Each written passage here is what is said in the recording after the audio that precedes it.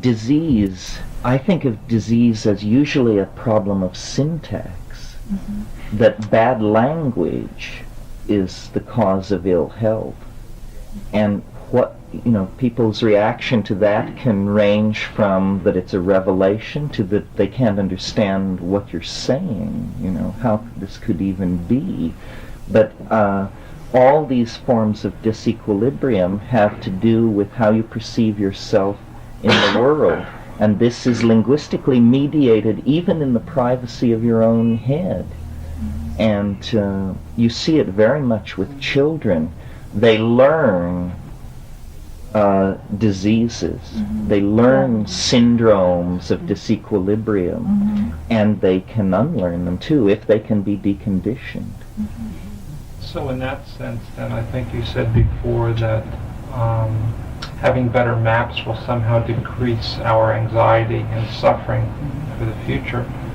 What I feel you saying now is not so much that, but my own feeling is transformation of the self is what's going to stop the suffering, no matter what form we use. It may be intuitively right to use drugs at one moment and to swim at another. That's History right. is full of examples of near-death experiences and sexual experiences that have opened windows. That's absolutely And that's correct. an intuitive, private matter at that level. It's a totally public matter at another level, and just what level do you want to talk from? The self is the central modality to be dealt with. I mean, that's what I mean when I say you can't accept ideology imposed from above or it will create neurosis. We must each realize how important the self is, that it is in fact ultimately important, and then try and create a personality, a self-image, and a society that's based on that. And we have been robbed of our experience, and even in earlier cultures about which we may feel very ambiguous, like, let's say, the peak of medieval Christianity, which has certainly had dubious aspects about it.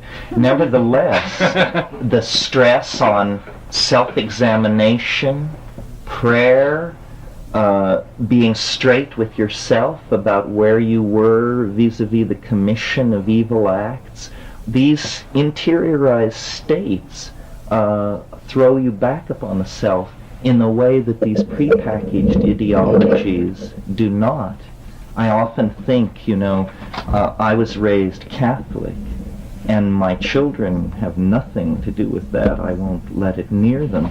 But I often wonder what they're missing, being ages 3 and 6, by not walking around thinking about sanctifying grace and the 8 Beatitudes and whether or not they have sinned against the 5th, 4th, 6th, and 9th commandments. And because this was my interior world as a 6-year-old, and after making a good confession, I would search for the sanctifying grace that I knew must now be mine, and it was a state of interiorized self-examination that, though it may have been wrong-headed in many ways, the central notion that you are responsible for yourself is very important to retain. All these shaman are responsible for themselves. That's what they really are. They are responsible people.